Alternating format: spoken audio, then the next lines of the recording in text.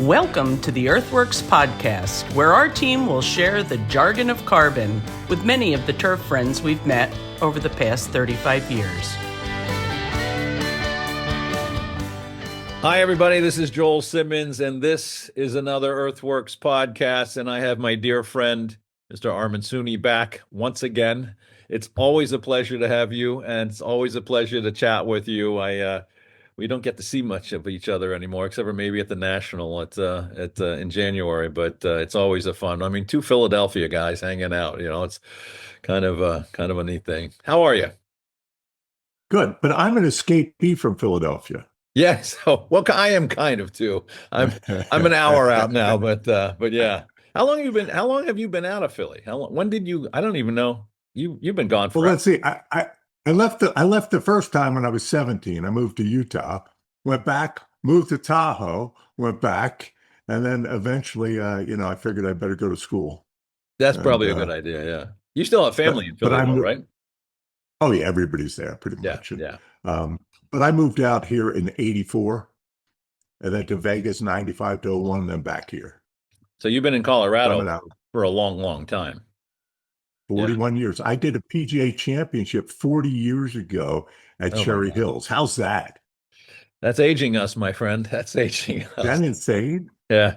What do you think? I was at the PGA championship this year at Quail Hollow with Keith Wood's place. And I've been to 2 or 3 tournaments. Well, actually, I've been doing a lot of tournaments in the last couple of years. I mean, they're definitely different. I mean, you've been involved in this. I mean, are you seeing big differences in the way they're managing the tournaments and prepping for the tournaments? I mean, it's pretty intense. It's wild. As you know, these great superintendents are really ready for a championship pretty quickly, agronomically. Yeah. They're there. They let the rough grow a little bit. Yeah, exactly. They don't change much because they're always good. Right. Yeah. Until they add an extra half a foot on the greens or stuff, and then which they could do in their sleep. Yeah. So they're always ready. What's changed is the infrastructure. Yeah. The build out. Yeah. You could have, for a Ryder Cup, you could have 25 acres under tents. Yeah. I think the PGA championship was pretty close to that. I mean, it was huge. Yeah. Yeah. How big was it 40 years ago? I mean, what was the build out 40 years ago? It was nothing. A tent, one pop up. I mean, you had concessions, you had grandstands, you didn't have all the luxury suites and those things, and which is what it's all about. What about it's a great way to go to an event. What about the swag? Was the merchandise tents? Was it big back 40 years ago? I mean, right now, I mean, that's probably where all the money is made, is in these merchandise tents. Yeah, it is, and probably the last one is that was really something, because in the old days, the golf professional owned the golf shop, right? Exactly. And had the merchandise. So gotcha. There were certainly golf professionals who lost their jobs after they made a killing during a major championship, and the members didn't like it, but they signed the deals. I mean, it wasn't, right. It was their doings, right? So back in those days were over. 40 years ago, all the merchandise was being run through the golf pro on the property. Yeah. And now it's managed by the PGA or by the USGA. By the tournament. The tournament itself, and then part of that money goes back to the club, I'm assuming. Yeah, and well, they pay the club somehow. But they pay the club. One of my friends, one of my good friends who had worked for IMG for years, called me up several years ago when there was a tournament out here, and he goes, "Do you want to go?" And I go, "No." He goes, wait. Let me tell you the deal. Let me tell you the deal before you say no. He said, we have the best parking and all access passes. I'm like, yeah, okay, I'll go. So I can walk right in. Yeah. Yeah, it's amazing though. I mean, I go to these tournaments and I usually bring a couple of our agronomists, and we'll wander around and you go into the the merchandise tent, especially at the majors, and they're massive. And, I mean, I Amazing. honestly, I probably shouldn't admit this, but I think we spent, $1,200 on a couple, shirts and hoodies and a couple gifts for some of our folks here. But I was standing in line, and I think the guy in front of me spent about $20,000 on merchandise in that tent in that minute. It's just I was overwhelmed at how, I mean, first, and it's incredibly well organized. I mean, there's hundreds Yeah. and hundreds of people in these tents. They direct you, and the lines were massively long, and we were there on the first day, so it wasn't even the weekend. I can't even imagine, but yeah, I mean, it's got to be radically different than what it was Yeah. Well, 40 years ago. let me give you the volunteer difference. Oh yeah, please do that. I did an amateur aeronaut and open at Marion, PGA Championship at Cherry Hills, I think 7 tour events at Castle Pines, the International. In all those years, you know how many volunteers I had total? You're talking about crew volunteers now, I assume. Yeah. For Yes, your crew team, volunteers. what? How many? 3 volunteers. Total. 3 people to help you. I think Yeah. that was one of the again, I have such respect for what Keith Wood pulled off at Quail Hollow, but I think he said he had 135 volunteers. Now a lot of them were his former assistants that came back, and Sure. and what was really impressive is they have this massive. They had the massive tent for all the volunteers, and it was catered. The catering was exceptional. I was up with our friends from Tom Irwin up at the Open at the Country Club in Boston a couple of years ago. They had set up a huge facility. I mean, they brought in masseuses, massage people.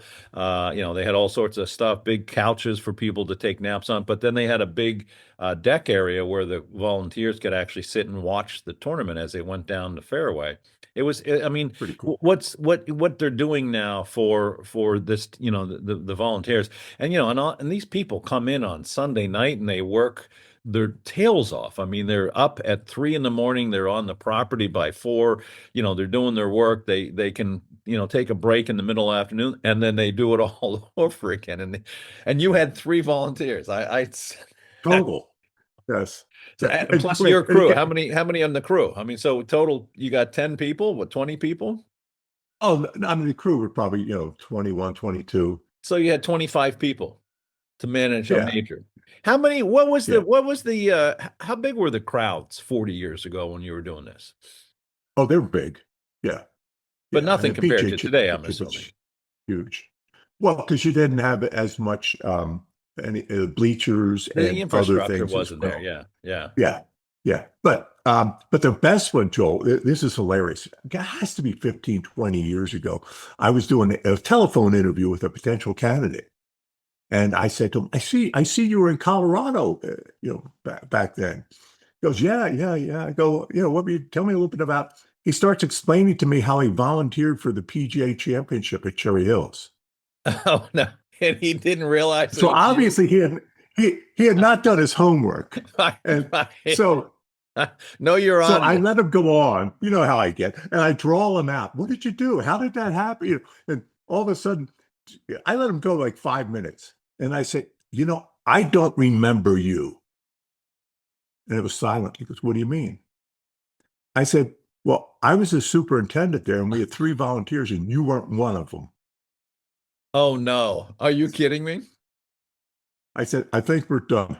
So this was all, he made it all up? He was telling me what greens he mowed. It was hilarious. God, that's hysterical. Ah, that's great. And he's a general manager somewhere now. Is that what you're telling me? He was a super someplace. I forget where it was. Yeah. That's too funny. That is too funny. So let's talk a little bit about that, Armen. I mean, you've been doing recruiting. How long have you been doing recruiting? I don't even know. I mean, you've been doing it for a while. Well, I did my first unofficial paid recruiting in 1985 at Desert Forest. Uh-oh, Kevin Hicks? Yeah.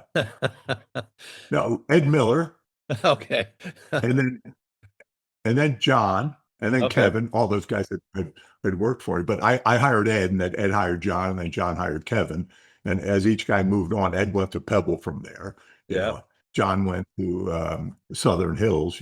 Kevin, we know Kevin. What's he doing now? I don't even know what he's doing now. He's selling chicken poop, I think, is what he's doing. Yes, I heard that. Yeah. Yeah. And then my first real one was 1987 at Siwanoy Golf Club in Bronxville. 1987. That was the first real search I did. For who? And we placed Dave Mahoney there. What team were you working for at that point? It was a company that Joe Vincent, who had been the general manager, was the general manager at Cherry Hills, and we had a management company. We were running like 5 properties at the time in varying capacities, doing searches, and it was fun. So you were doing that's a long time. Yeah, you were doing this on your own. I didn't even realize you were doing that on your own before you got to this group. How long have you been here? Yeah, I'd always been doing it. Yeah. How long Those lessons I learned from Richie Valentine. So you hired Ed Miller? Is that what you were telling me? Well, Ed was my assistant at Cherry Hills. And you put him into Desert Forest? Well, and I went through the candidates that they had, that they were reviewing, including one former boss of mine. And and I said, you've got, these are the guys you want to talk to. I said, but you also need to talk to Ed. Yeah. And talk to Ed, and it was over. Yeah. It's funny. I have the deepest of respect for Ed. I mean, when I was very young in my career at Earthworks, I had the chance to meet Dave Wilbur, our dear friend, mutual friend, and many time podcast guest. And he took me around and introduced me to Ed Miller. And this little pocket of those guys, Ed, and he introduced me to Kevin Hicks.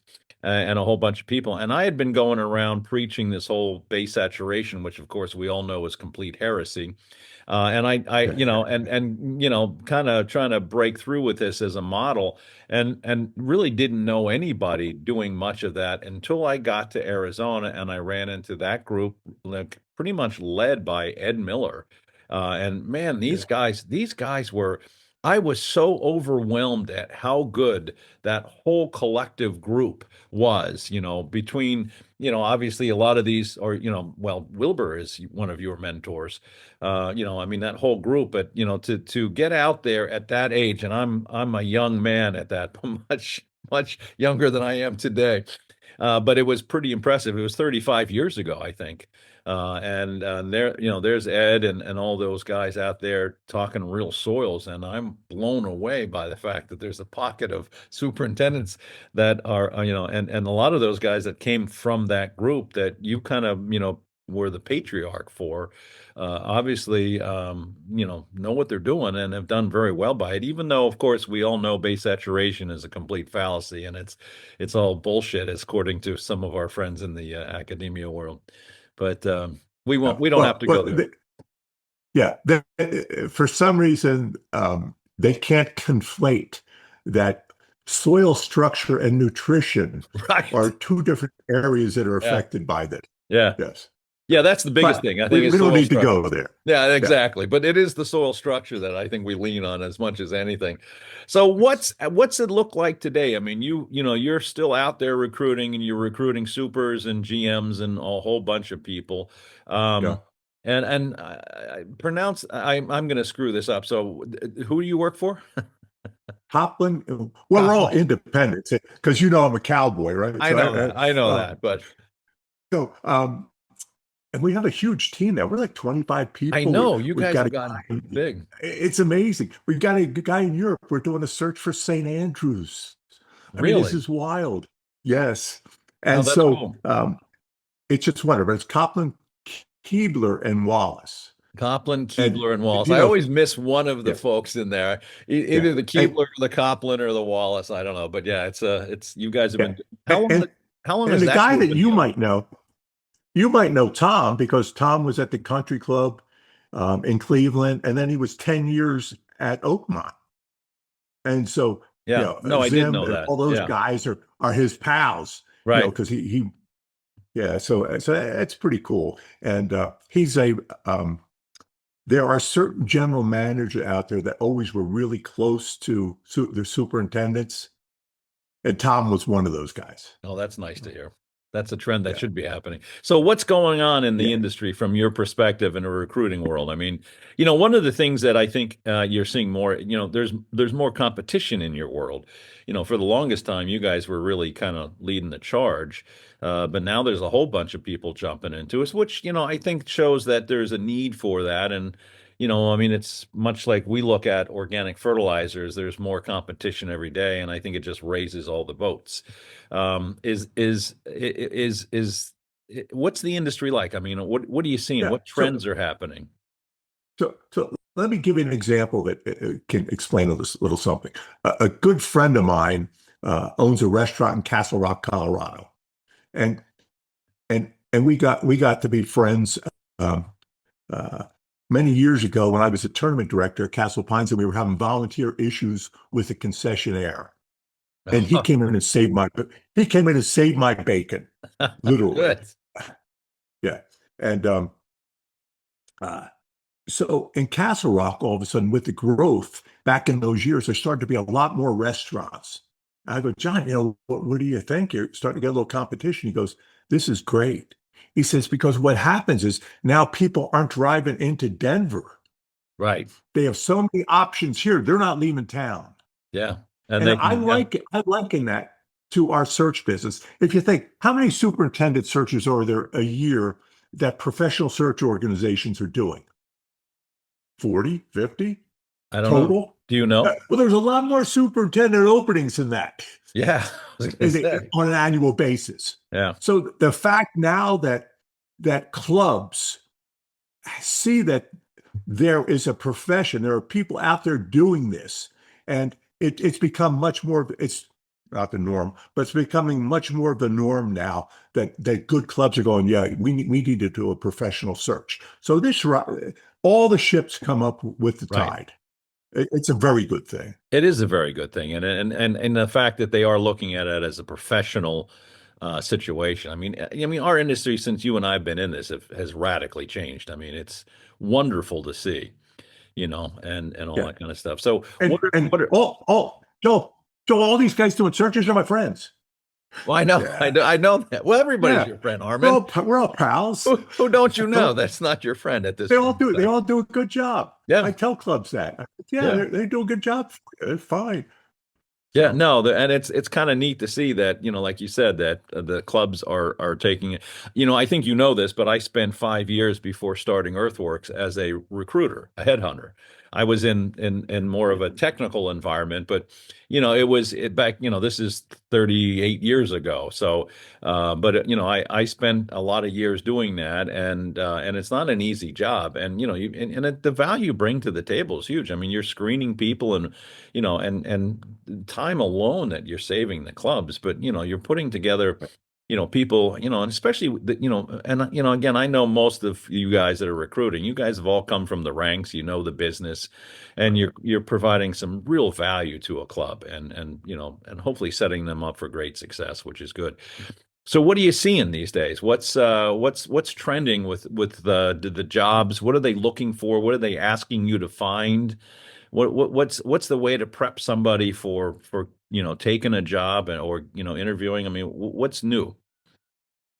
Yeah, I think one of the things, and it's been fun because I've had a few searches in a row now. Some I'm working on now, where I've extremely long tenured, successful superintendents that we're replacing. Oh, good. 40 years, 39 years, 20 some years. So there's hope for the old superintendents? Oh, thank God. Guys, I mean, some of these guys are, I mean, what they have on the ground, I'm looking and going, wow, that's pretty good. Yeah. And to see people with that kind of long tenure. So when we go into clubs like that, yeah, obviously things are pretty good. Can things be better? Things can always be better. What you do, what I do, we could always be better, right? Of course. When we stop thinking that, we're in trouble. Then you did. Yeah, that's it. That's the end of it. So there's always opportunity in each of these instances, but a lot less opportunity in some of them, but there's still always opportunity. And what clubs are looking for is and this has really changed, leadership. Yeah. culture. Obviously, agronomics. Yeah. Okay. You got to grow grass. I'm That's not the gonna, starting point. I'm not going to let them talk to anybody that can't do the job. Right. Now, this is something that took me maybe 5 or 10 years to get over. They don't have to do it the way I want them to do it. You have admitted that? Yes. Excellent. If they can put it on the ground, I'm fine. There's a lot of ways to skin a cat. Can we say skin a cat? A lot of ways to do this job and do it well. And it really comes down to purposeful, no quit. People that just don't know how to stop trying to be better and better every day. Yeah. They don't have to do it the way you or I necessarily would want them. Well, that's the definition. That's the definition of the. It doesn't mean that I don't. It doesn't mean that I don't offer them some advice and encouragement to go in the direction that we think is more sustainable and, quite frankly, easier. Yeah.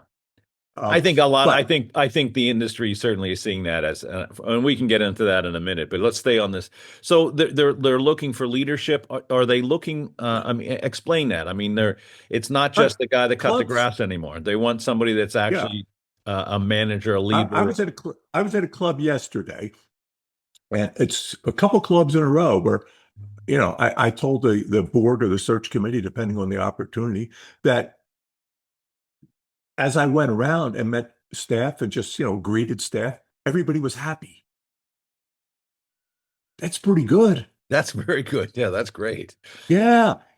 And we see the GMs at these clubs now absolutely focusing on culture and driving great culture at the clubs, knowing that goes down to the member experience. And in the golf course maintenance area, it has become probably the biggest change that I've seen in the last 10 years is that, people are focusing on culture. They're focusing on growth, personal and professional development for people.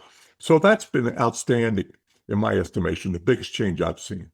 Now, where is that driven by GMs? Is that driven by the superintendent? Where's that coming from? Oh, I mean, I think it's the world generally. It is, that we're trying to look at work-life balance better, being invested in the growth of the people and caring about them. I always thought I was a nice guy until all the guys told me how I would manipulate them to get them to do what I wanted to do. I thought I was a nice guy, but apparently I was maybe. So some things have changed. Is that what you're saying? Yeah, knew where the buttons were. Yeah. Never realizing I mean, I think, our generation clearly sees a difference in the 30-year-olds. I mean, I know we deal with it in our organization. I think everybody I talk to does. I mean, it's about managing the expectations appropriately. Our GMs, I mean, and I think there's some wonderful changes that are happening here. Like you said, the work-life balance is definitely on the table. It wasn't 20 years ago. It wasn't probably even 10 years ago. But I mean, are the clubs accepting that now? Are they, the management of the clubs? Yeah. Well, let me address something do that. Imagine that every generation looks back at the past generation or the future generation goes, boy, they're not like when we did it. Yeah, we did it differently. Yeah. So, let me throw something out, and this is an original. I need somebody way smarter than me to put this on paper. Maybe you, but probably somebody smarter than both. Yes, I would say. So I want you to think about something. Prior to the Industrial Revolution, when we were 98% agrarian based, was there any division between work and life? No. It was one and the same. Yeah. Post the Industrial Revolution, work, life. Now, these young people that are on their social media while they're at work, they don't mind taking a work call when they're at home or doing some work when they're at home. Yeah. No. Are they closer to the agrarian model that humans lived in for gazillions of years? Or are we the ones that were screwed up? I completely agree with you. I mean, I think there's some great changes here. I mean, and I think they're necessary, really.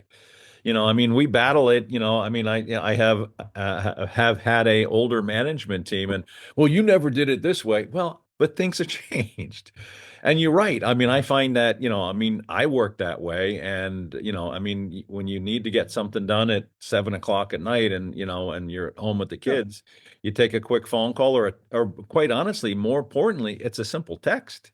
I send a text out, hey, Yeah. what's the story about this and that? Right. And 2 seconds they text back and you get the information you need instantaneously. I think it's wonderful. I mean, the technology has changed pretty radically, from that standpoint. But yeah, so I mean, But are clubs accepting these kind of change? I mean, is there abs still old management in the well, upper management of clubs? well, no, it's really interesting because the boards have all gotten way younger. I'm sitting Yeah. with board members now, and I'm an old guy. Uh, we're an old guy. Yeah, So, thanks. but, Tom Wallace has been really good when we're talking to clubs about general manager searches, because that's Tom does more of those. Yeah. Uh, he says uh, that club managers aren't going to work like you're used to them working. The new managers are, they're going to have a better work-life balance. They're going to organize things so that they can do that. And that's true. And we see superintendents, and I keep telling supers that um, I think if you have one assistant, you need two. If you have two assistants, you need three. Right. And, you know, let them have 2 days off a week in the season. Yeah. Let them have if you work 7 days a week and 10, 12 hours a day, you're not at your best.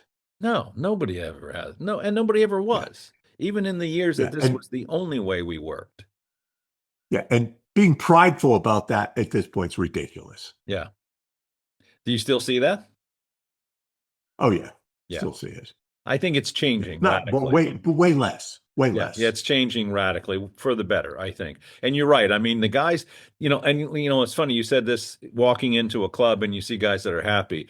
Those are the guys that have 2 days off a week and can Right. raise a family and make a decent living. And the thing about it is that they love what they do and they're completely dedicated to what they do. And if there was ever a time when they needed to be in, they would come in on a day off and make that happen. So it's Right. kind of a niche. I think where we're going is nothing but positive, and us old guys need to go away and just let it happen.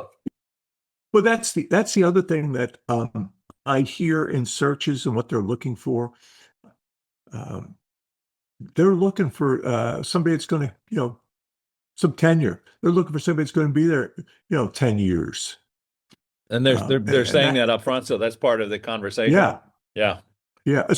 Yeah. And that's good to hear. Do they want fresh ideas? Yeah, they want fresh ideas. They want technology embraced, yes. But really, they're looking for culture. They're looking for tenure, looking for energy.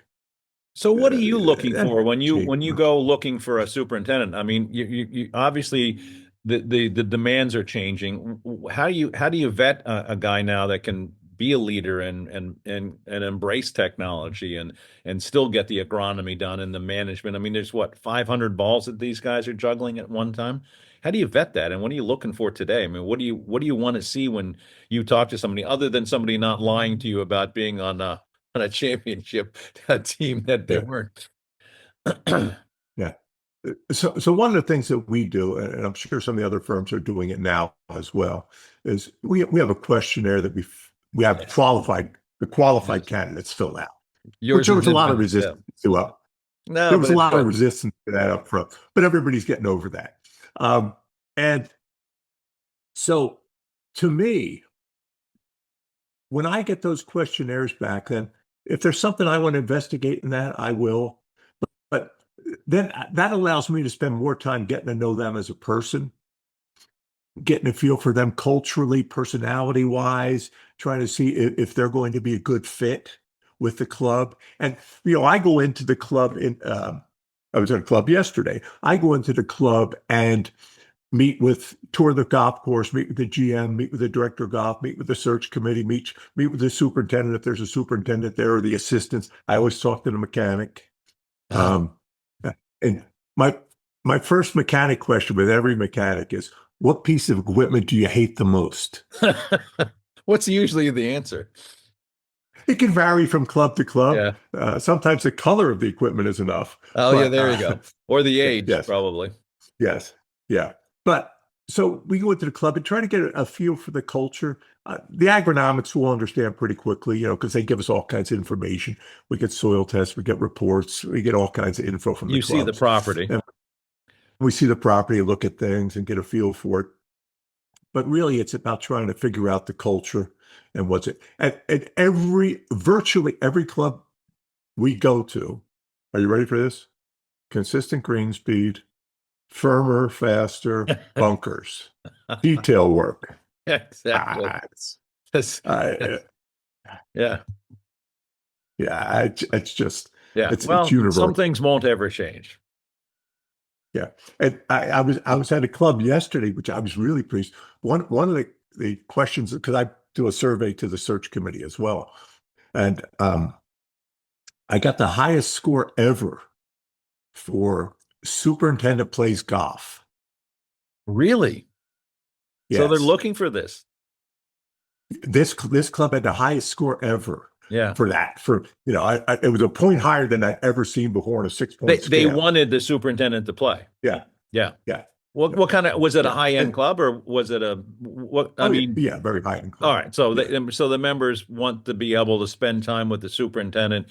And yeah, I mean, and you see that a lot these days. I mean, that's got to be more prevalent. I mean, certainly the high-end clubs that It's I it's wander still around. it's almost always the lowest thing on my survey. Really? Yeah, yeah. I also have a high golf IQ as something, because there's a lot of guys that aren't necessarily great golfers and don't play that much, but they love architecture. Yeah, I'm That one of also, those. I don't play at all, but I love yeah. golf architecture. Do you have resistance from superintendents that aren't necessarily? I mean, I've heard many times, I don't have time to play golf. I don't want to be out there on the golf course. The last thing I want to do is play my own course. But, I think that's changed now, and you're seeing, Well, the importance of it. we all know that superintendents are their own worst critics. Well, of course they are. Of So course they are. playing their own golf courses is painful. Yeah, I can only imagine. Yes, yeah, but Yeah. that should be a clue.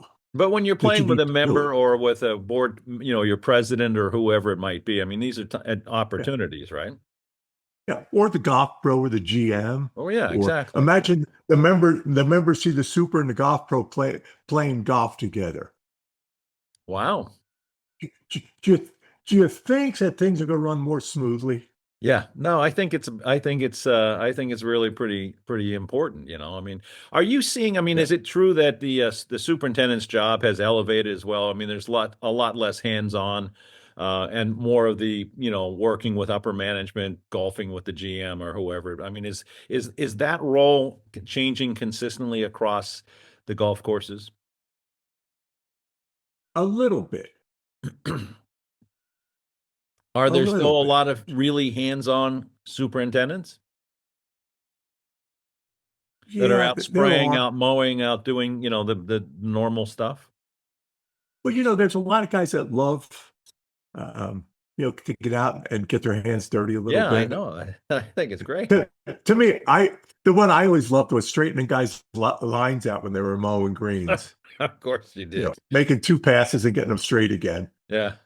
Yeah. Um, but yeah, or I used to love shoveling sand. Oh, really? Because and it would curve and flip right underneath the lip. It's Right. just these weird things. But no, there's a lot of guys that really want to stay hands on. They want at least the staff to understand they know these jobs, they've done them. Uh, and I think it goes a long way with with the team. I was at a club yesterday, and I was talking to them about some of these ideas that embrace and enhance culture at Yeah. clubs. And one of the things I talked to them about was something I did a million years ago. Was some of our golf maintenance teams are largely Hispanic, and many of them really don't know much about the game of golf, Right. or certainly aren't players. Right. So one of the things I did a million years ago was I had the golf staff, outside services, assistant pros, the pro, give golf lessons on the clock to the golf course maintenance employees. So they had 3 golf lessons, and then they played 3 holes. So do you think your golf course maintenance team's going to be better at their job now? Yeah, exactly. No question about it. Some will become golfers. And on top of that, now the interaction between the golf course maintenance team and the golf ops team is going to be significantly better. Right. And They in the understand old why we're days, here. yeah, in the old days, Joel, when the assistant supers and the assistant golf pros were maybe misbehaving in the evenings together, you knew that everything was going pretty well. Yeah, right. Exactly. Yes. Misbehaving. Well said. You know, Yes. it's funny because I talk to a lot of supers, especially when they're hiring crew kids or, crew folks. They're not all kids. I mean, one of the things that's most important to them is somebody that loves the game of golf. Because they understand the game of golf and they understand why we're doing what we're doing. I mean, I've talked to guys that have, having hard times finding assistants. They'll hire their UPS guy because he loves golf and he's begged them to. Right. I'd love to work. I want to play golf every day. I mean, and those folks tend to work out really well. I mean, that's just an interesting perspective of where it's going. But Well, let me ask you this though: you got a guy that's a big hands-on, or a guy that's really a leadership guy? I mean, who does better? I mean, is it just a matter of you finding where that individual would fit? I mean, does the guy that's more hands-on and maybe less leadership still got a upward mobility in the industry? well, the guy that can put it on the ground probably is the guy that's going to be Well, wherever side they're coming from. yeah, If you can go out there on a Thursday and the golf course is great, you can go out there on a Tuesday, the golf course is great. I don't care how obviously they needed certain basic skills. They have to be a leader of some sort. Yeah. Those things, they have to be able to put it on the ground, Joel. That's really what it comes down to. And I tell memberships all the time that just because you played during the member guest and it was great does not mean that they're a great superintendent. Everybody can peak. What you want to know is on a day-to-day basis through the week that the golf course is really good and very consistent, and that on weekends they don't dial it up. It's just good, like it always is. Yeah. Yeah. The day-to-day superintendent is that's what it should be. These guys that set up for tournaments and do it great, and then the day-to-day stuff is mediocre. I don't know. I don't want one of those. I want a guy that can keep my course set up every day when I come out on Tuesday afternoon with my buddy and play golf, I remember 1981, we had the Open at Merion, had 4 inches of rain that week. Every big tournament has 4 inches of rain before it starts. And I reach out to those guys a lot when I see it's raining, and I'm like, I'm so sorry. Good luck next week when the circus leaves town. Yeah, exactly. Because that setup that took 2 months to get set up, they break it down in 2 weeks and they're gone. Yeah, they're out of there, right. You've got to be vigilant. And Yeah. I always tell all these people that volunteer at tournaments, if you really want to learn something, stay 2 weeks after the tournament. See what it's like. Yeah, that's when you learn something. I'll never forget 1981, we had the Open at Merion, 4 inches of rain. We had a car drive on the second green on Saturday morning of the Open, spin out on the back of the green, What? drive down 10 fairway, down 2 fairway, up onto 10, over 10 green, through the bunker, onto 2T, out onto Ardmore Avenue, gone. Saturday morning of an Open. But I'd never heard that story. That's horrifying. yeah. So, and why were you doing that? Oh, never mind. It was a joke. It was a 68 Chevy Nova green. We never found the car. But with a, I But think I had you a saw vinyl it. But roof. you So saw him do one of the it. guys, I didn't, but one of the guys did, chased him on a Oh, tractor. But after the Open, Richie Valentine said to me, he goes, "Okay, we had a good Open." He said, "We have to make sure the golf course is better than this for the rest of the year for the members." wow. Good. Yeah. And that's at these tournaments with these guys, the toughest thing to do is everybody's burned out. You got to get that crew, give them a half day, give them a half day but you Monday. know what, guys? Here we go. Go home, get some Let's get sleep, it but going be back again. tomorrow. Yeah. Yeah. And I'll never forget when I went to Cherry Hills during the 78 Open, it had taken them all summer to get the rough cut down after the Open. Oh, really? So, Ed, Yeah. yeah, Ed Miller was my assistant there. So Ed and I were like, "This is easy." Yeah. We had it down in 10 days. Yeah. And everybody was like, they thought we were geniuses just for cutting rough. I mean, it's just tough. Stuff isn't tough sometimes. Yeah. But shepherding the after tournament event is the most challenging thing for these guys. Yeah, and like you said earlier, the buildouts are so much bigger that, I mean, the damage Yeah. to the grass, the damage to, I mean, the soil's all compacted in these areas where these tents were. I mean, it's there's a lot of recovery that needs to be, going on, and that's a lot of hard work to get it back to the shape, where a member wants to see it, like nothing happened. And it's funny because it seems like all these tournaments, I mean, the PGA championship at Quail had 5 inches of rain on the weekend before it.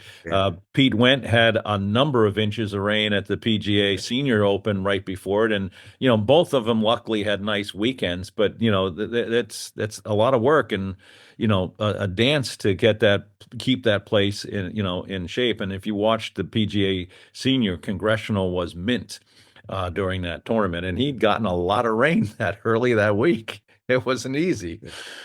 But yeah, I love that idea. And we know Pete did a lot of work in getting those fairways loosened up a little bit. Yeah, he's very good. I mean, I was over impressed. Yeah. I mean, it's have you been back there since they did the rebuild? Yeah. I mean, it's the Yeah. kind of place that if you didn't know where you were and you were blindfolded, you wouldn't know where you were unless you saw the clubhouse. It's stunning. It really is. Let's talk about technology. You brought this up earlier. I mean, technology is changing radically.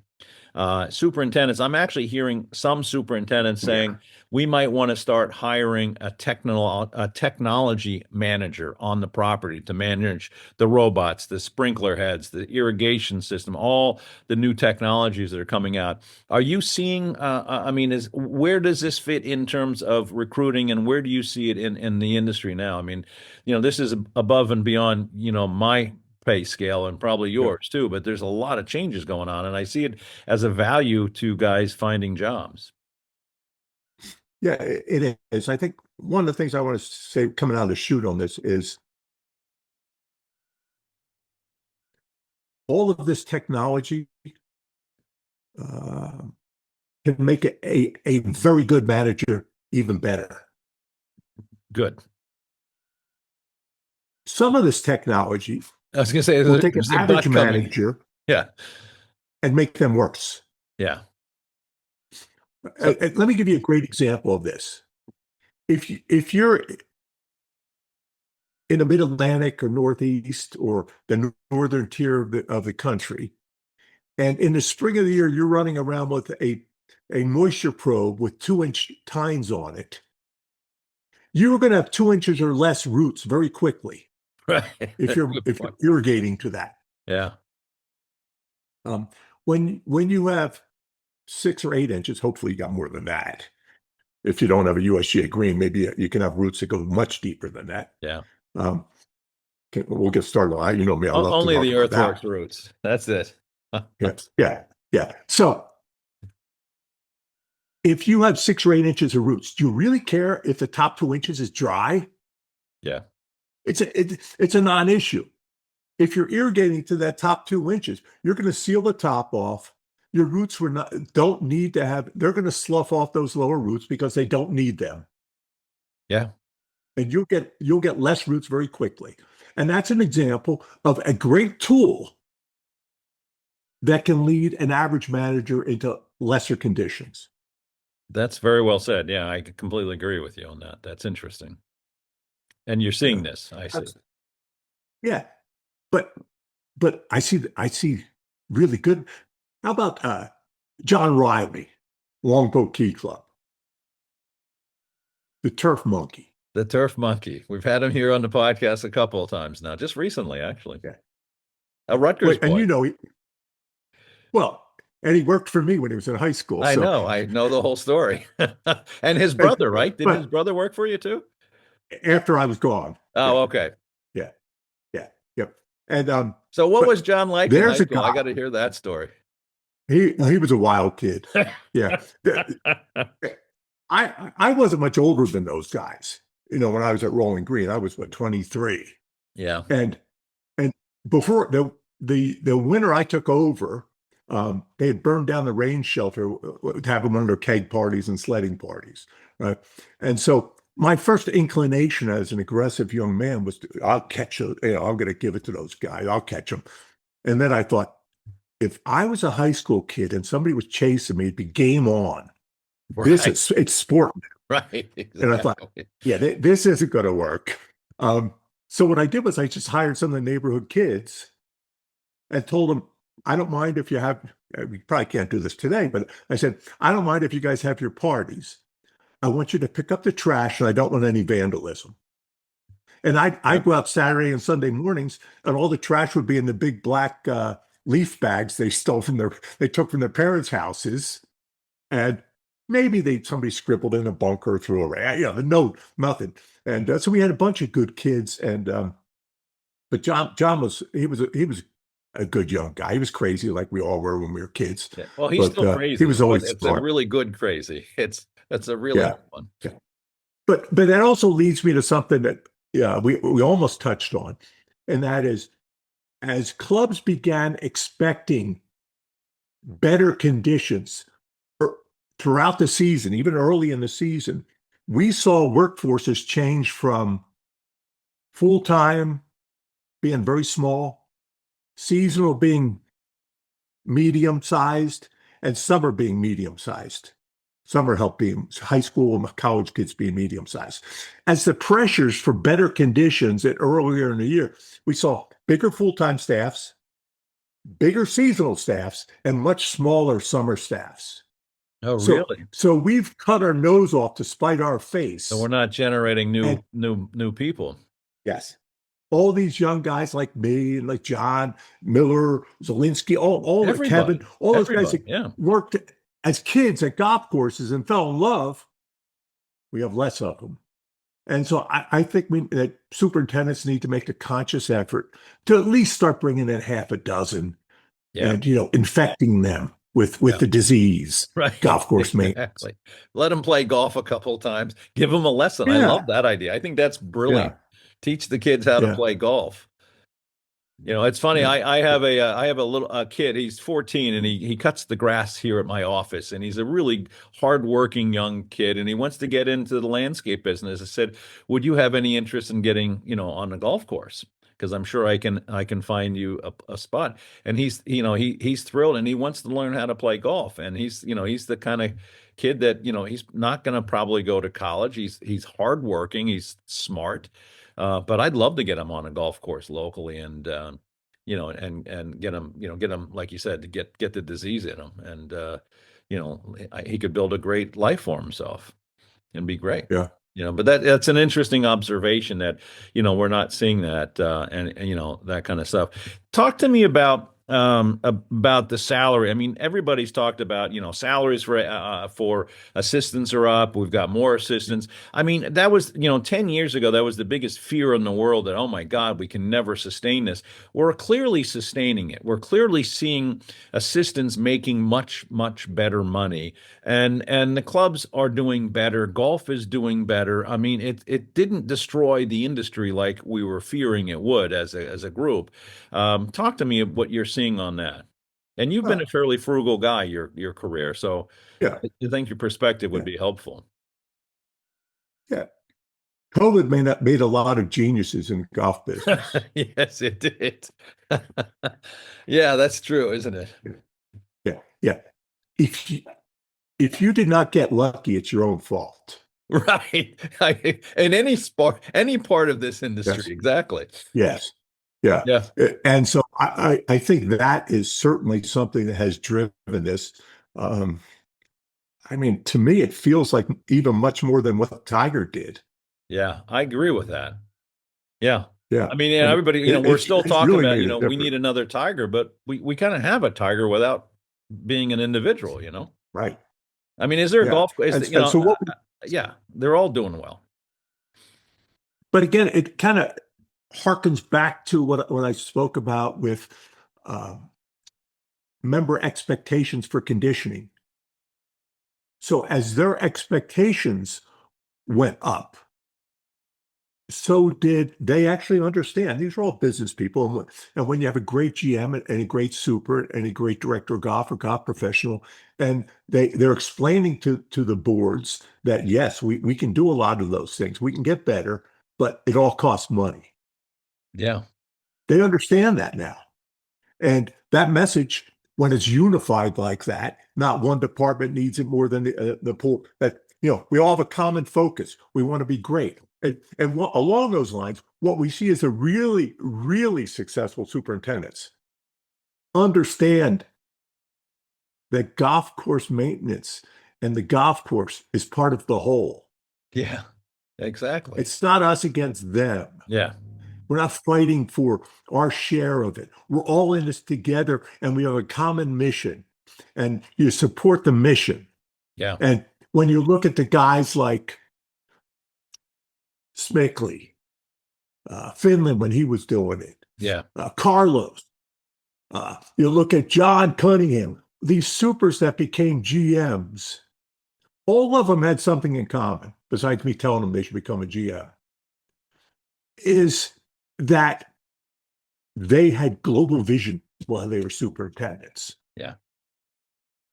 And to be extremely successful in this business, you really have to be part of that. You have to be a team player. You have to have that vision of seeing the overall club and not just your blinders on and focus on only your world.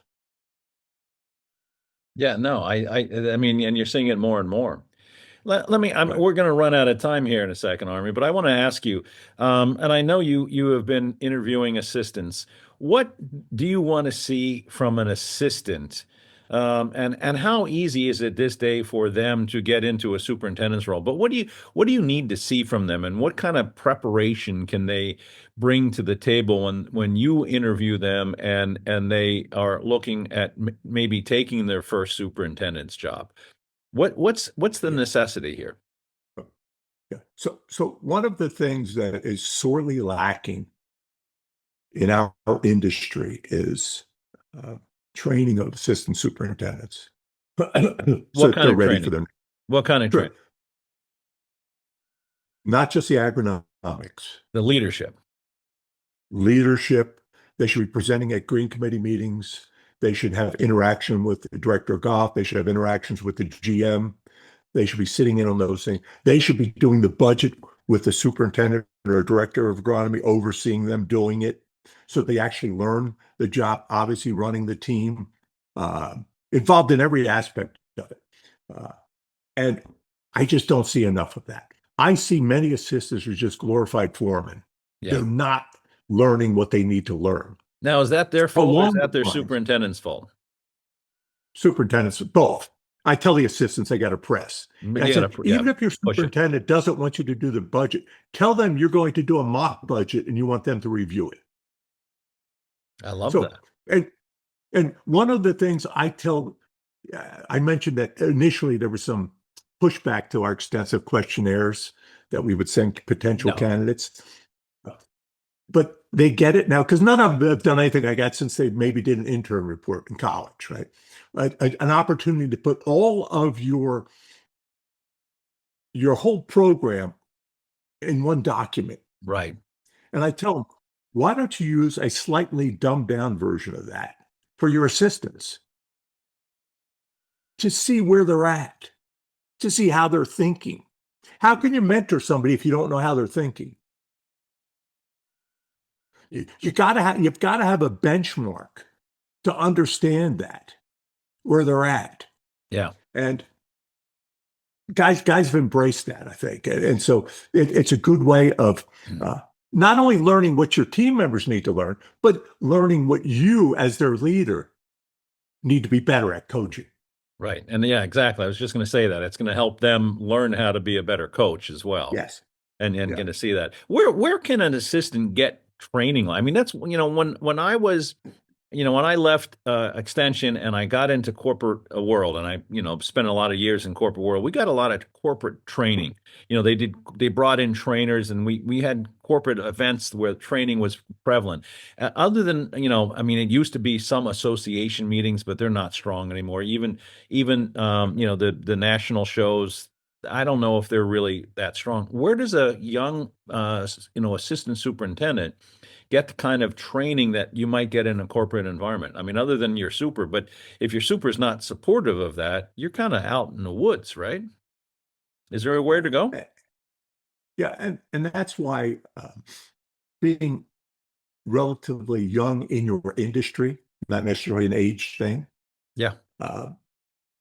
We're causes both relatively people, young in our industry. Yeah. Causing people to not think far enough along down the road. Yeah. To where figure out who they want to work for. Not necessarily the club with the biggest name, but the club that has done a great job of training people. You and I know somebody that produces one great assistant every 3 years. Yeah. Who's ready to go and will not fail. Yeah. Because they've been properly always trained. been We know good. a few of those guys, actually. Yeah. Yes. I know a handful, but yeah. Yes. And so being sophisticated enough to understand that, which is tough at an early age when you don't. Some people get lucky like I did, happen to work for people that did that for you. But so I don't have a great answer for you on where to get the training. You've got to be at the right place working for the right superintendent. Now, there are superintendents now that are bringing in people to do educational seminars for the assistants. Oh, that's good. And, beyond just I think agronomics. Right. Oh, yeah. Yeah. That's what I'm getting I think at. these seminars, the superintendent or director of agronomy should have to sit through it. Right, exactly. It's funny you say that. Even the agronomy, I mean, I do a lot of these in-house, and he's off somewhere else. You could use this, Since the problem is not always one-sided. Right, exactly. Well said. And, well said. Looking back, we could all look back and see, I should have been doing things better. I should. One of the things that I've encouraged people to do is I get an email every day from Admired Leadership. Admired Leadership is a guy I grew up with. We went to junior high and high school together. He got me in trouble in high school. Yeah, I don't see that as a big problem. You getting in trouble in high school. Yeah. Well, I was good at not getting caught. No, that's the brilliance. I was very good at not getting caught. That's the brilliance, yes. Yeah. But Randall Stutman, and Randall has about 175 people in his firm. Coached Bush before the Gore debates. He's the real deal. But probably we had him come in and speak to our general managers a couple of times. Mm-hmm. No PowerPoint, no notes. To see the best general managers in the country scribbling as fast as they can, trying to keep up with them. Everything this guy said was obvious and actionable. Yeah, perfect. Not platitude. Yeah. And so I got those emails every day, and I send them to people, tell people they should sign up. And he's got an online training thing now. But it's great stuff because, so much of the leadership stuff we see is all platitudes. It's it's his stuff. It's all the that's right on the money. So what's his name again? Repeat that. He's a golf guy. What's his name? Admired Leadership. Admired Leadership. And what's his name? Yeah. Randall Stutman. Okay. And you could find him on the internet and follow him. Oh, you can buy Admired Leadership, yeah, and sign Admired up for the leadership. emails. These great I emails think every that's I day. think that's a great idea. I mean, that's the one thing about, the younger generation in our industry. They do listen to podcasts and they do follow some. I mean, the Yeah, following we've had on our podcast has been amazing, and we get a lot of feedback. But that's a great place for them to go find yeah. a Joel, place to I, learn. I liken you to I liken you to the Joe Rogan of the turf world. Oh, please. I need a big neon sign behind me. Armin, I hate to do this, but we've run our hour and I got work to do. So do you, I bet. But I am always so But grateful to have you on. I hope we can have you on again, like I said to you, without trying to feed your head. You have been one of our most listened to podcast guests, and we're grateful. And I'm grateful for the friendship of all these years, and hopefully, if you do come home, let me know. I don't live far from Philadelphia. I can run down and meet with you, have dinner. all right, man. Thanks, Joel. Thank you very much. And folks, Oh, if we you did. We go ahead. we did not get to talk.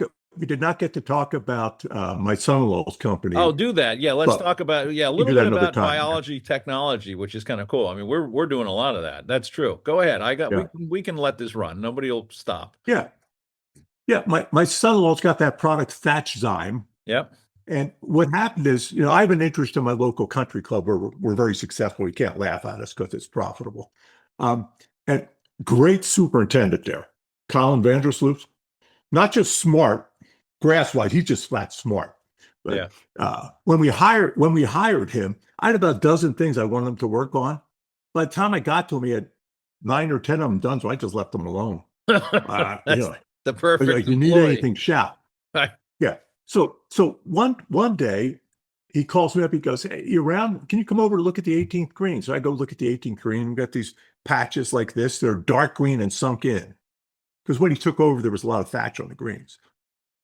And so I'm looking at, I call up Kaminsky, Penn State. I'm like, "John, he goes, you got thatch collapse." And he starts telling me how to control it. I'm like, I don't want to control it. I want to spread it. And he starts laughing.